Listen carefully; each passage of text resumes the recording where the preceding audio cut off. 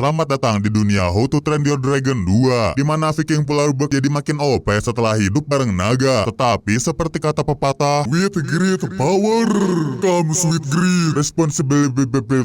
Soalnya nih di suatu hari para naga termasuk Toothless mendadak hilang kendali sampai tega ngelukain majikannya. Wajar aja sih warga desa terbuai sama hewan peliharaan mereka karena udah 5 tahun keduanya hidup harmonis. Ketua desa bahkan nyediain fasilitas cuci naga otomatis, tempat penitipan, sampai tempat upgrade yang bisa pay later atau nggak usah pay juga US loh. Pokoknya selaku kades yang amanah, Stoik bakal ngasih tunjangan apapun demi dragonmu karena di zaman now, lo bukan Viking kalau belum punya naga. Bukan hanya fasilitas aja yang lengkap, sekarang naga ada olahraganya. Setiap tahun para Viking adain turnamen Bundes Naga di mana player rebutan mbe untuk digolin ke keranjang. Di posisi pertama dengan peralihan 7 poin Rafnat dan Tafnat.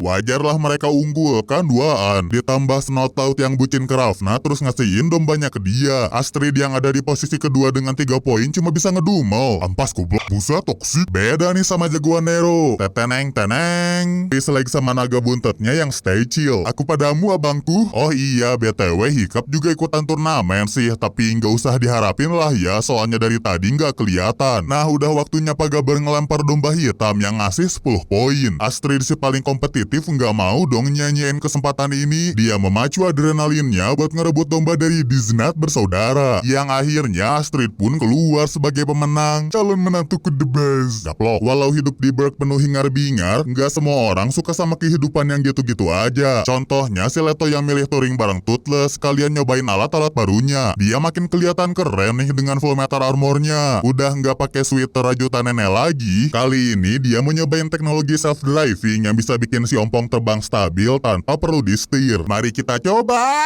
Tenang aja, di baju Hiccup udah diinstal sayap kok. Jadinya dia bisa terbang dengan aman. Iya. Sekuat tenaga si ompong ngepakin sayapnya. Ngepiu. Batu buat nyelamatin si majikan. Sebelum kebentur aspal, untungnya Hiccup udah didengkek ompong. Dia seneng banget karena nggak sengaja nemu daratan baru. Tapi ini kok ada yang cemberut. Cie ngambuk babu. Sini kilikiti. Manusia rendahan. Tuk.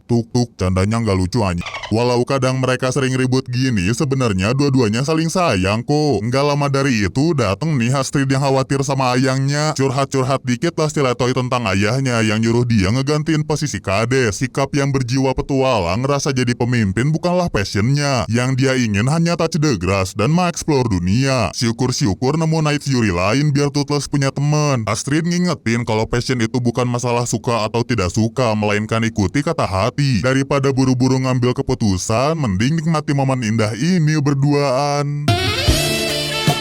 Ngapain malu banyak jomblo? Gara-gara diganggu makhluk tampan tadi, muda-mudi mutusin lanjut berkelana deh. Mereka terkejut banget ketika ngelihat ada gunung es di antah berantah yang pas dideketin. Wush. Gak kena we. Ah kok gue? Angsa!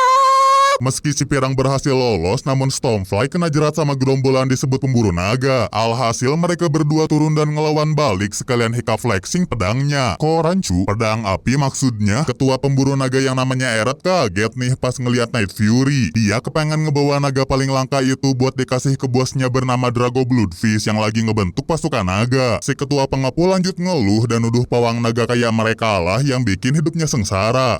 Gue mau cerita ya luh mah masih mending. Jadi baru-baru ini tuh benteng mereka dibekuin sama penunggang naga dan hasil buruan juga dibawa kabur. Gara-gara ini dia harus ngerelain dada kecarnya dicap besi panas sama Bloodfish. Antum sehat? Hiccup sama Astrid jelas bingung dong. Kok nih orang asal nuduh gitu? Mana ngomong mulu sampai-sampai nggak bisa klarifikasi. Giliran dapat waktu ngomong, sekonyong-konyong Eret nyerang mereka.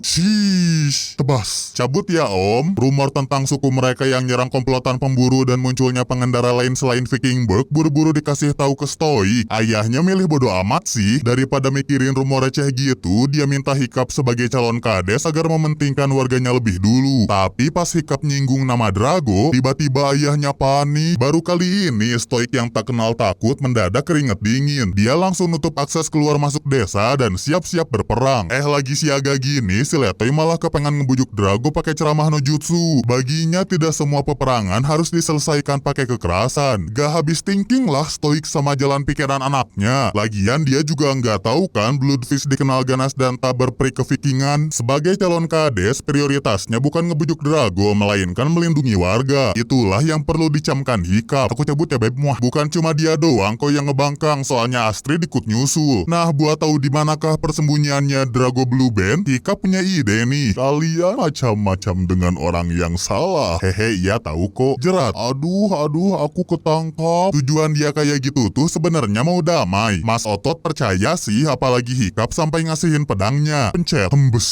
Jeleger. Gagal maning son. Nah, pas sudah berhasil ngedapetin kepercayaannya, si Letoy mulai deh nanya-nanya markas Drago. Kita sekarang teman kan? Serang! Hancurkan! Gagal deh rencana Hiccup ngebujuk Mas Otot. Ditambah lagi, Stoik dan Gabar mendadak datang buat nyegah si Letoy bertindak gegabah. Diceritain lah dulu bangsa Viking itu ada banyak. Mereka sering ngadain meeting gitu buat bahas cara ampuh ngelawan naga. Taunya datang pria berbalut jubah dragon. Dia baik-baik nyuruh bangsa Viking tunduk padanya kalau tidak mau dibakar. Para hadirin serentak tertawa. Berani-beraninya tepuh. Lah ternyata beneran dong tempat kumpulnya di Sembur Naga. Dari kejadian itu cuma Stoik yang selamat. Itulah alasannya Pak Kades nyegah anaknya. Bukan gara-gara dia keras kepala atau nggak mau ngedengerin, soalnya percuma ngebujuk orang haus kekuasaan kayak Drago. Walau udah dijelasin segimanapun, memang dasar majalah labil. Si Letoy tetap ingin nyeramahin Drago. Stoik makin dongkol dong. Alhasil para genjet disuruh pulang. Nggak dibolehin nyusul Hiccup, biarkan dia sama Gaber lah yang nyusul. Nggak jauh dari sana, Toothless mendadak dapat feel nggak enak nih. Hai manis. Si Ompong udah ingin nyerang lah, tapi Hiccup nyegah. Dia yang lengah akhirnya dibokong dan digondol. Sementara Toothless yang belum mode self-driving jatuh terjerambab ke danau es. Sekuat tenaga dia nyoba keluar, tapi ujung-ujungnya kena lahap ikan pari jadi-jadian. Tibalah si Letoy di suatu gua yang banyak naganya. By one block, Hiccup penasaran kenapa dia dibawa kemari. Terus nasib si Ompong gimana? Ya, Toothless selamat kok. Si Letoy mohon-mohon dong ke orang misterius supaya ngampunin hewan peliharaannya. Tapi pas ngedenger ini, gerak-geriknya malah jadi makin aneh. Dia ngecerekin tongkatnya, nyuruh para naga siap-siap nyembur. Tatap mata Ojan.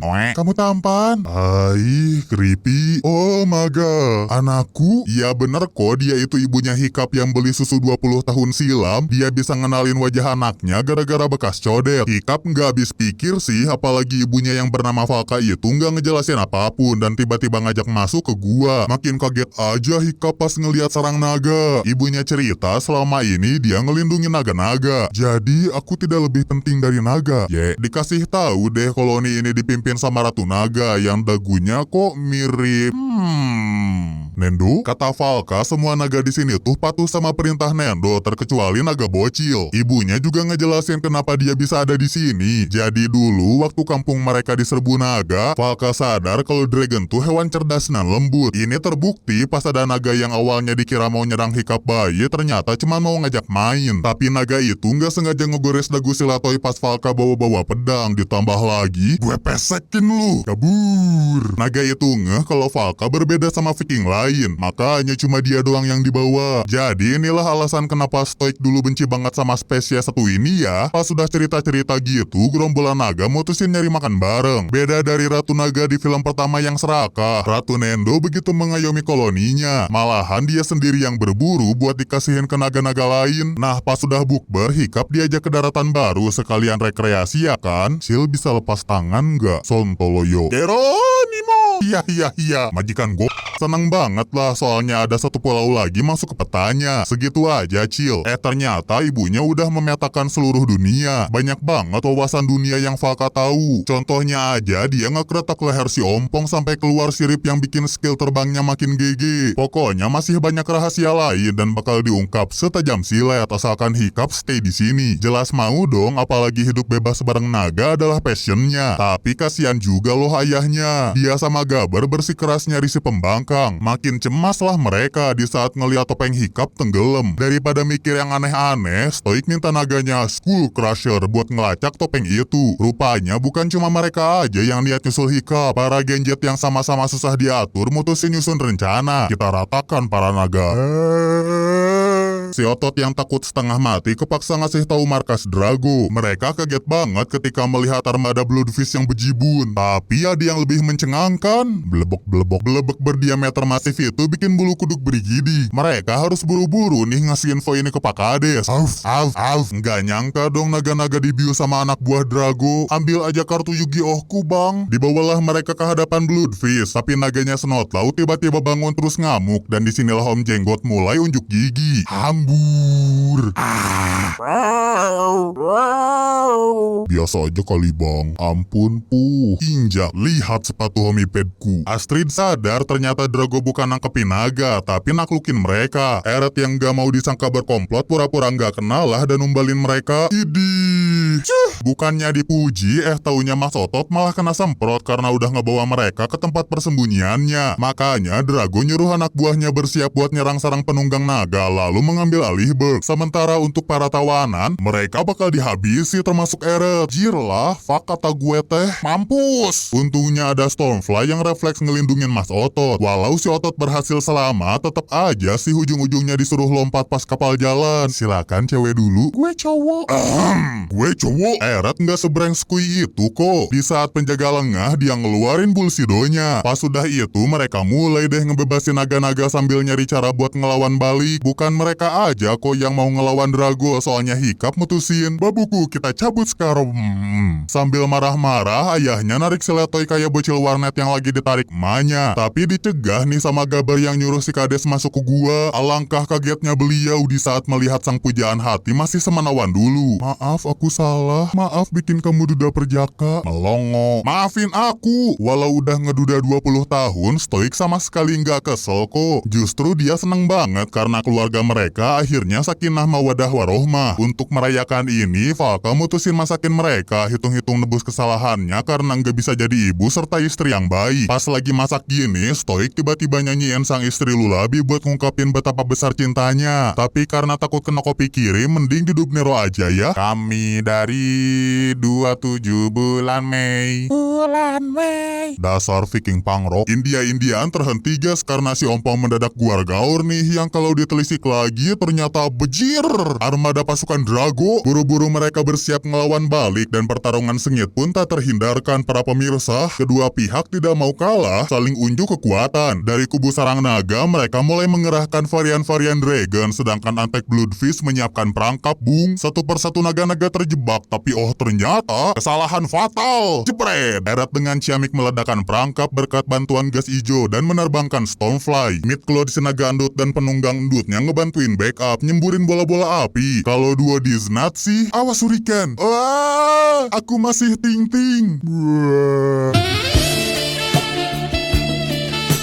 Sepertinya sejauh ini perlawanan diungguli kubu naga liar dan tak disangka Ratu Nendo ikutan turun gunung. Meski begitu, Drago justru bukan takut tapi malah kegirangan soalnya mendadak dari bawah air keluar naga yang mirip Nendo. Kedua Nendo pun saling bertarung. Ketika yang lain sibuk gelut, Hiccup malah nyeramahin Drago. Si Om Jenggot disuruh menghentikan peperangan dan memanfaatkan naga soalnya mereka itu kan hewan baik. Bagi Bloodfish sih enggak gitu. Dia punya pengalaman traumatis di mana dulu kampungnya diporak-porandakan naga. Orang tuanya dipaksa logout, ngebikin Om Jenggot hidup sebatang kara. Adu bacot mereka terhenti ketika Ratu Naga kena tusang Nendo jahat terus tumbeng. Gara-gara kehilangan alfa, naga-naga seketika beralih pihak ke ratu baru mereka. Tapi tidak dengan tutes. Khusus buat dia, Nendo jahat harus sekuat naga memfokuskan kekuatan psikis buat ngambil alih pikirannya. Pas sudah berhasil, barulah si Ompong disuruh nyerang majikannya. Si Letoy cuman bisa pasrah sih, soalnya nggak mungkin dia ngehajar BFF-nya. Kukira hubungan kita spesial. Stoik yang ngeliat anaknya dalam bahaya langsung menerjang apapun tanpa menghiraukan keselamatannya sendiri. Tapi kayaknya nggak akan sempet deh soalnya si Letoy udah ke pojok. Jeder. Ibunya buru-buru ngecek jantung suaminya yang ternyata telah berpulangnya bapak Stoik yang perkasa ke pangkuan Thor. Mereka yang menyaksikan ini begitu sedih campur marah. Apalagi pelakunya adalah hewan yang selama ini mereka bela dan lindungi. Nggak lama dari itu si Ompong sadar dari hipnotis terus nyamperin Hiccup sambil nyium-nyium tangan Stoik. Dia yang gak inget apa-apa diusir, dimaki sama majikannya. Ibunya nyoba nenangin dia. Toh ini bukan salah si Ompong, tapi ya mau gimana lagi, Toothless keburu cabut. Berhubung naga-naga udah di bawah kekuasaan Drago, dia mutusin ngebiarin mereka dan jauh ke Berg. Sudah kalah perang, kehilangan orang tersayang pula, ngebuat Hiccup putus asa. Sang ayah pun dikebumikan dengan adat Viking. Semuanya berdoa supaya mendiang bisa tenang dan berpesta bareng Odin di Valhalla nanti. Ini siapa yang naruh bawang? Hiccup akhirnya mengakui alasan dia nggak mau jadi kadestu karena takut nggak bisa kayak ayahnya yang tidak egois. Rela mengorbankan diri demi Berg. Supaya kepercayaan diri Hiccup balik lagi, Valka ngasih hujangan. Dulu sewaktu bayi, si Letoy spawn dengan prematur dan lemah. Walau begitu, Stoik tetap yakin terlepas dari kondisi fisik, anaknya akan menjadi orang paling kuat dan hebat. Kata-kata itu seketika mengobarkan api semangat Hiccup. Dia tak ingin lagi mengecewakan sang ayah dan ini dimulai dari melindungi Berg. Kita caw. Gimana kesananya, Bambang? Duar, ambilin gue cu. Ya meski ugal-ugalan, tapi cuman ini cara biar para kafilah bisa tiba ke Berg dalam waktu dekat. Soalnya armada Drago udah tiba di sana. Nendo jahat juga dititah untuk ngambil alih pikiran naga-naga. Para warga nggak nyangka dong peliharaan mereka kabur gitu aja. Musim kawin ini mah. Mereka makin syok ketika ngedengar Drago bilang Stoik udah meninggoy dan Berg akan dihapus dari peta. Elsa bekukan mereka. Aus. Kaget betul lah pas si Kapten The Gang ngeliat desa udah dingin. Si Letoy nyuruh mereka buat ngalihin perhatian ratu jahat dari Toothless. Dimulai dari Snowtooth yang ngelemparin beh, sampai Fishleg yang niup trompet sang kakala. Ember, bijiku dingin. Ya walau rencana mereka nggak berhasil, seenggaknya Hiccup bisa ngedeketin si Ompong dan Drago. Dia mulai nyoba ngerukiah peliharaannya itu, sementara Drago sih cuek-cuek aja. Malahan dia ngeremehin si Letoy. Mana mungkin manusia biasa bisa ngalahin Ratu Naga. Tapi ya Hiccup nggak nyerah gitu aja. Sambil komat kamit mulut tembah dukun baca manga. Sama nih, aing naga. Meow, meow, meow, meow, meow. Hiccup berhasil nyadarin Toothless dan dia langsung berontak. Pas si jenggot udah jatuh inilah waktunya kita bersinar kawan. Tapi pertama-tama ditutup dulu ya matanya takut kena hipnotis. Habis itu meluncur tepat ke arah Nendo jahat. Weng, cupu kabur. Mang ya. Dikeluarin deh tuh gas LPG dari pedangnya. Seni adalah ledakan. Meledak. Setelah ledakan itu, Drago akhirnya touch the grass. Bukannya langsung dihabisin, Hiccup mau ceramah lagi nih. Ah bacot sembur. Valka panik dong anaknya kena beku. Masa dia harus kehilangan sanak keluarga lagi? Tapi tiba-tiba muncul cahaya biru yang abis itu disusul ledakan dahsyat. Rupanya Hiccup selamat dan ompongan loka awakeningnya di mana dia udah nggak bisa kena hipnotis. Piu piu piu piu. Tahu-tahu para naga bebas sendiri. Kata Valka mereka berontak tuh karena ingin ngelindungin Hiccup sang pendekar naga. Koloni naga mulai menyatukan kekuatan dan menderetin Nendo jahat.